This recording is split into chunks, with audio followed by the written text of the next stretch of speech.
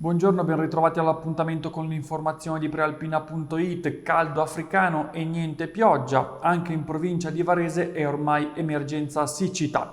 Vediamo tutti i dettagli nel servizio di Mattia 7 con immagini di agenzia Blitz. Continuano ad arrivare i segnali di un'estate che si presuppone drammatica sul fronte dell'approvvigionamento idrico e si allunga la lista dei comuni dove Alfa, la società che gestisce il sistema in provincia di Varese, ha chiesto di ridurre le erogazioni. Da Besozzo a Casalzuigno, da Clivio a Comabbio, fino a Saltrio, Vigiù e Bodio Lonnago. Ma nella fascia a rischio ce ne sarebbero un'altra cinquantina che, sommati a questi, farebbero arrivare alla lista a quasi la metà dei comuni del Varesotto. Per questo Alfa si sta attrezzando con misure come le autobotti e le sacche di 3-4 litri da distribuire al giorno a famiglia.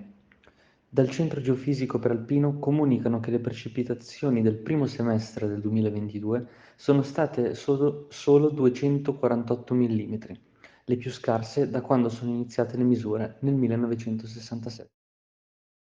E proprio la siccità e il livello sempre più basso delle acque del lago Maggiore hanno spinto i vertici della società di navigazione a ridurre le rotte dei traghetti. Sono stati infatti chiusi 3 scali, si tratta di Ranco, Ispra e Porto Valtravaglia. Il servizio sarà sospeso fino a quando non cambierà la situazione. Analoghi provvedimenti sono stati presi anche sul lago di Como e nei giorni scorsi, sempre sul lago Maggiore, era stato limitato il peso dei mezzi che possono essere caricati sui traghetti della tratta fra Intra e Laveno.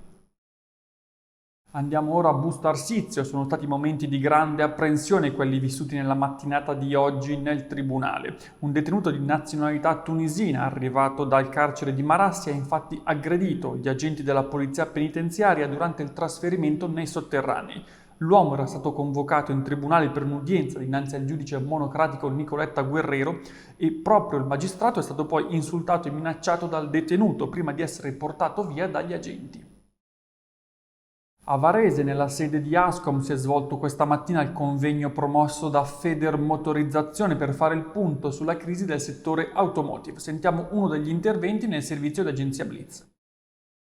Nel mondo della mobilità un periodo di grandissima incertezza. La guerra dei russi in Ucraina ha aggravato la situazione, si è inserito il problema energetico, il problema poi anche alimentare con la crisi del grano, ci mancava anche la siccità, caro Presidente, per rendere le cose ancora più difficili e sono in tante le persone, tantissime le persone che in questo momento vedono nero nel loro futuro, soprattutto nell'ambito del settore automotive. Scelte sbagliate, scelte affrettate possono veramente portare a un grande sconquasso a livello di filiera automotive, 70.000 i posti a rischio, 350.000 i posti a rischio nell'ambito degli autoriparatori meccanici.